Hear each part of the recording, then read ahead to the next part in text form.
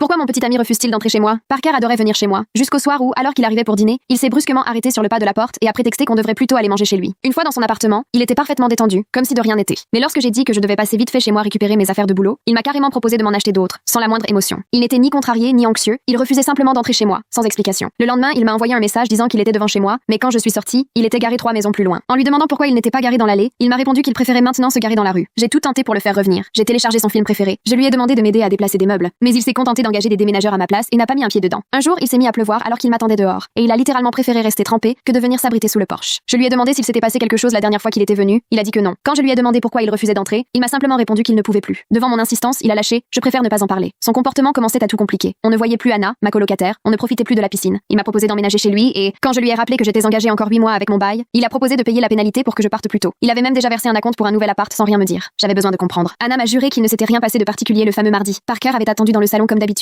Elle était restée dans sa chambre et en redescendant, elle l'avait retrouvé tranquillement assis sur le canapé. Rien d'anormal, jusqu'à ce que je rentre et qu'il veuille partir aussitôt, au point d'oublier son téléphone dans la précipitation. Anna a dû lui courir après pour le lui rendre. J'ai vérifié les images des caméras de surveillance ce soir-là. Parker est arrivé à 18h15. Anna l'a fait entrer à 18h16, puis trou noir entre 18h18 et 18h27. 9 minutes perdues. Avant et après, il était assis au même endroit, mais son verre de vin avait changé de côté sur la table basse, et sa veste était pliée différemment. Ma voisine m'a raconté qu'elle avait vu la voiture de Parker garée devant chez moi pendant des heures la semaine précédente alors que je n'étais pas là. Quand je lui en ai parlé, il n'a pas nié. La voisine a ajouté qu'elle l'avait vu faire le tour de la maison à plusieurs reprises, photographier avec son téléphone et mesurer les distances entre les fenêtres. J'ai fini par dormir chez lui tous les soirs. Il me déposait chez moi le matin et m'attendait dans la voiture. Sa mère est venue lui rendre visite, elle a voulu voir ma maison, et Parker lui a dit que j'avais définitivement emménagé chez lui parce que ma maison était infestée de moisissures, chose dont je n'avais jamais parlé. Quand j'ai corrigé, il m'a lancé un regard glacial. 3 semaines ont passé, rien n'a changé. Notre couple était parfait sur tout le reste. Mais il avait pris l'habitude de décider pour moi. Il a même appelé mon propriétaire en se faisant passer pour moi pour tenter de résilier mon bail. Il a fait suivre mon courrier chez lui. Il effaçait toutes les raisons que j'aurais pu avoir de remettre les pieds chez moi. Sur son ordinateur, j'ai découvert des dizaines de recherches sur mon adresse, les anciens propriétaires, des archives de presse qui remontèrent jusqu'à la fin du 19e siècle. Je l'ai menacé de partir s'il ne m'expliquait pas. Il a dit qu'il comprendrait, mais qu'il ne pouvait toujours rien me dire. Il a lâché. Je ne peux pas t'expliquer d'une façon qui ait du sens pour toi. Quand je lui ai demandé d'essayer quand même, il a répondu: tu ne me croirais pas. Et ce serait pire pour toi. Je lui ai demandé si ma maison était dangereuse. Il a répondu non. Si quelque chose de grave arriverait s'il y entrait, il a dit non. Je lui ai demandé s'il avait peur. Il a répliqué que ce n'était pas le mot. Quand je lui ai demandé lequel alors, il a longuement réfléchi avant de dire incompatible. Ensuite, il m'a demandé en mariage, mais à condition que je vende d'abord ma maison. Quand j'ai refusé, il a retiré la bague. Il a dit qu'il ne pouvait pas épouser quelqu'un qui vivait là. Je lui ai fait remarquer que je n'y vivais plus, puisque j'étais toujours chez lui, mais ce n'était pas suffisant. Il fallait que la maison appartienne à quelqu'un d'autre. Quand je lui ai demandé pourquoi, il a répondu parce que ce sera leur problème. J'ai exigé de savoir ce qui s'était passé pendant ces 9 minutes manquantes. Il a affirmé que rien ne s'était passé. J'ai insisté en disant que quelque chose avait bien dû provoquer ce changement. Il a demandé quel changement, comme si son comportement était tout à fait normal. Puis il a avoué qu'il était retourné chez moi à plusieurs reprises pendant que j'étais au travail, qu'il avait inspecté le jardin, le porche, qu'il avait regardé à travers toutes les fenêtres, qu'il avait passé des heures à examiner la maison sous tous les angles, qu'il avait mesuré les murs extérieurs et comparé avec les plans de la mairie. Il m'a dit qu'il y avait une pièce en trop qui n'aurait jamais dû exister. Découvrez l'histoire complète en cliquant sur la vidéo ci-dessous.